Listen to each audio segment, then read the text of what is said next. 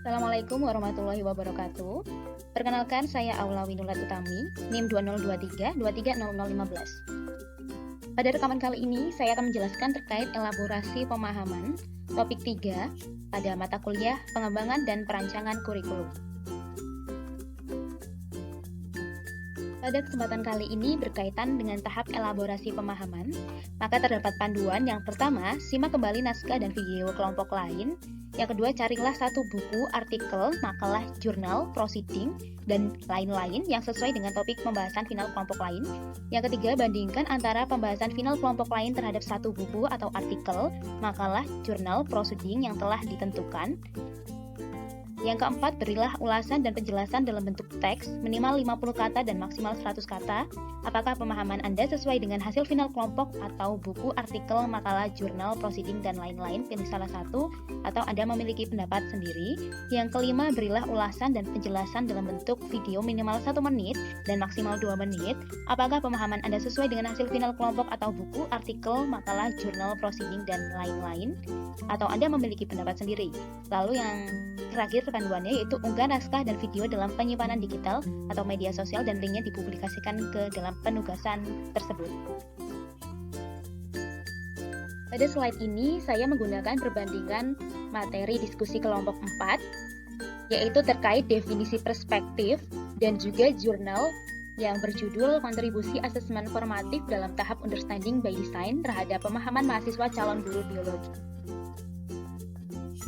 Adapun tugas yang diberikan kepada kelompok 4 yaitu jika peserta didik dikatakan telah memahami suatu masalah belajar, apabila peserta didik dapat melakukan perspektif dengan kemampuan sudut pandang peserta didik secara kritis, mampu membangun gambaran mengenai materi, teori, prosedur belajar, berikan contoh konkret bagaimana peserta didik melakukan perspektif sesuai tema atau mata pelajaran Anda sebagai bukti mereka telah memahami pada materi tersebut.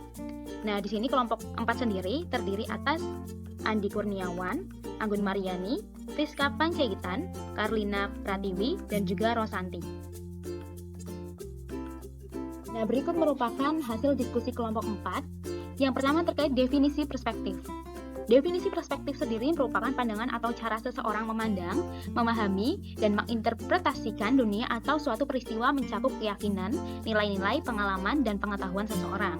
Lalu ada pendahuluan yang dijelaskan oleh kelompok 4 yaitu berkaitan dengan peserta didik dikatakan telah memahami suatu masalah belajar apabila peserta didik dapat melakukan perspektif dengan kemampuan sudut pandang peserta didik secara kritis, mampu membangun gambaran mengenai materi atau teori atau prosedur belajar.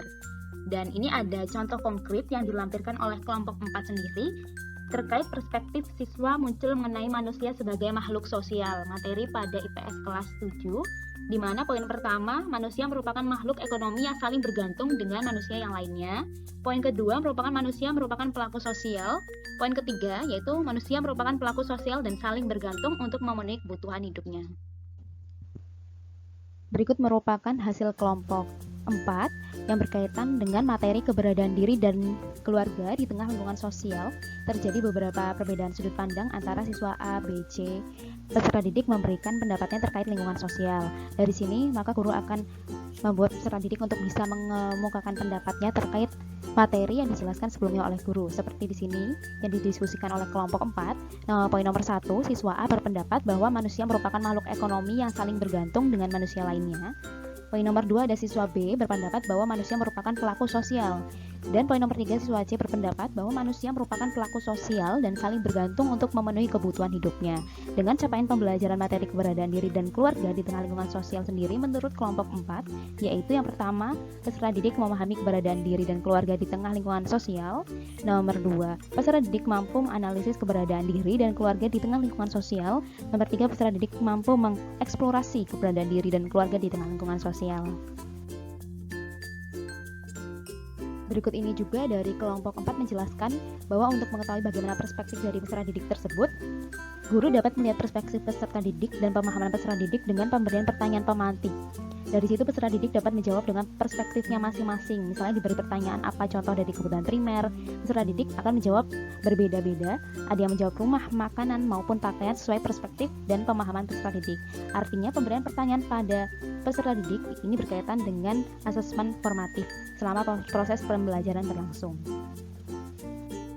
Nah, hasil diskusi dari kelompok 4 tersebut dibandingkan dengan salah satu jurnal yang berjudul Kontribusi Asesmen Formatif dalam Tahapan Understanding by Design terhadap Pemahaman Mahasiswa Calon Guru Biologi. Jurnal ini sendiri ditulis oleh Ria Yulia Kuluria dan juga Sudarmin diterbitkan pada tahun 2018 di Universitas Ahmad Dahlan dan juga telah dipublish di jurnal Bioedukatika. Linknya sendiri dapat diakses pada slide berikut. Dari hasil telaah jurnal tersebut, menurut Wiggins dan McTighe, terkait perspektif dalam aspek UBD sendiri, bahwa memahami berbeda dengan mengetahui. Memahami adalah mengetahui fakta dan mengetahui maknanya. Di sini juga menurut Anderson dan juga Cartwright menyatakan bahwa memahami adalah kemampuan mengkonstruksi makna dari pesan-pesan dalam pembelajaran, baik yang bersifat tulisan, lisan, maupun dalam bentuk gambar. Nah, kemudian jelaskan kembali bahwa menurut Wiggins dan McTighe, ada 6 pemahaman yang perlu dimiliki seorang yang meliputi 6 aspek, yaitu menjelaskan, interpretasi, aplikasi, perspektif, empati, dan pengetahuan diri sendiri. Nah, berarti sini jelas bahwa perspektif merupakan bagian untuk membuat peserta didik memahami makna pembelajaran secara lebih mendalam.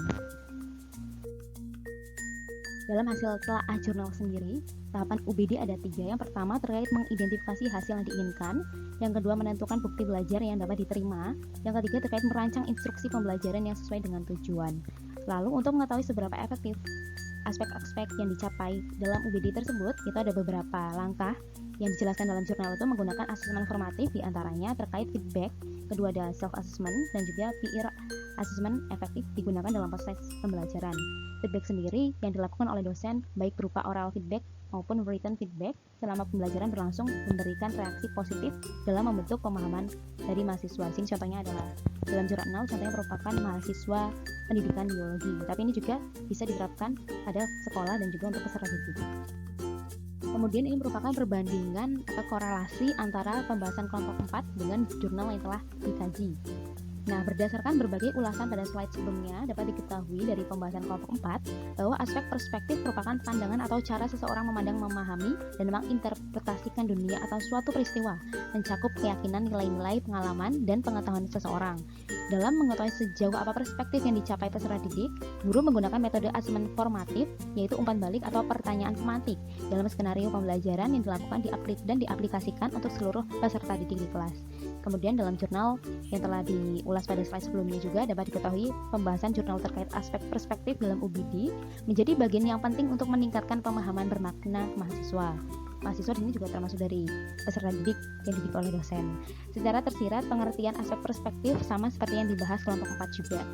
Dalam mengetahui sejauh apa perspektif yang dicapai dalam jurnal menggunakan asesmen formatif, yaitu feedback, self-assessment, dan juga peer assessment efektif digunakan dalam proses pembelajaran. Feedback sendiri yang dilakukan oleh dosen baik berupa oral feedback maupun written feedback. Di oral feedback berarti secara lisan, kalau written feedback berarti secara tertulis.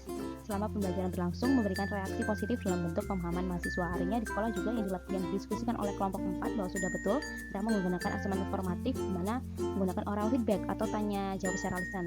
Mereka juga bisa menggunakan cara tertulis untuk peserta didik yang ada di kelas.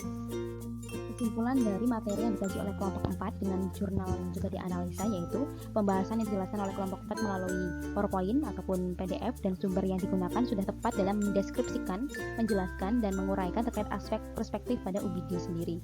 Hanya ada beberapa hal yang perlu diperinci lagi dan konkret terkait bagaimana langkah yang tepat untuk mengetahui sejauh apa pemahaman peserta didik dalam memahami perspektif materi tersebut. Nah, terkait tingkatan ke dalam materi sudah baik menggambarkan aspek perspektif dapat diterapkan sejauh apa pada pembelajaran bersama peserta didik. Nah, itulah tadi merupakan perbandingan dari pembahasan materi kelompok 4 terkait aspek perspektif dalam Understanding by Design dengan jurnal yang menjadi perbandingan, yaitu kontribusi asesmen formatif dalam tahapan Understanding by Design terhadap pemahaman mahasiswa calon guru biologi. Sekian dari saya. Wassalamualaikum warahmatullahi wabarakatuh.